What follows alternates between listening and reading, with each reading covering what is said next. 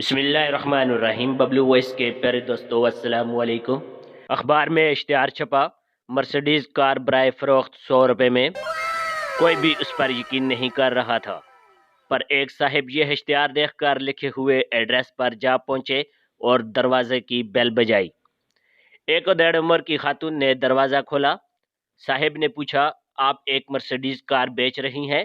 खातून, जी हाँ। साहिब, मैं कार देख सकता हूँ? जी, शौक से आइए। ये कहकर खातून ने गैराज खुलवाया। साहिब ने ध्यान से कार को देखा तो उनकी आंखें फैल गई। Oh my God! Wow! बोले, ये तो एकदम नई है। जवाब मिला, एकदम तो नई नहीं है, 18,000 किलोमीटर चल चुकी है।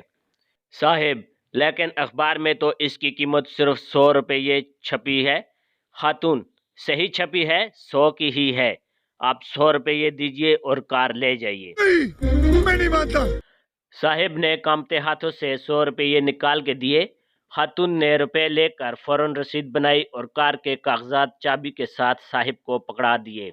शदीद बेयकीनी के आलम में साहिब ने आखिर पूछा, बहन जी, अब तो बता दीजिए कि मामला क्या है, मैं तो हैरत से मरा जा रहा हूँ। खातून, घबराइए मत, कार अब यकीनी तौर पर आपकी ही है। मैं तो बस अपने मरहूम शोहर की आखिरी ख्वाहिश पूरी कर रही हूँ। वो अपनी वसीयत में लिख गए थे कि उनके मरने के बाद ये मर्सिडीज गाड़ी बेच दी जाए और मिली हुई सारी रकम उनकी सेक्रेटरी को दे दी जाए।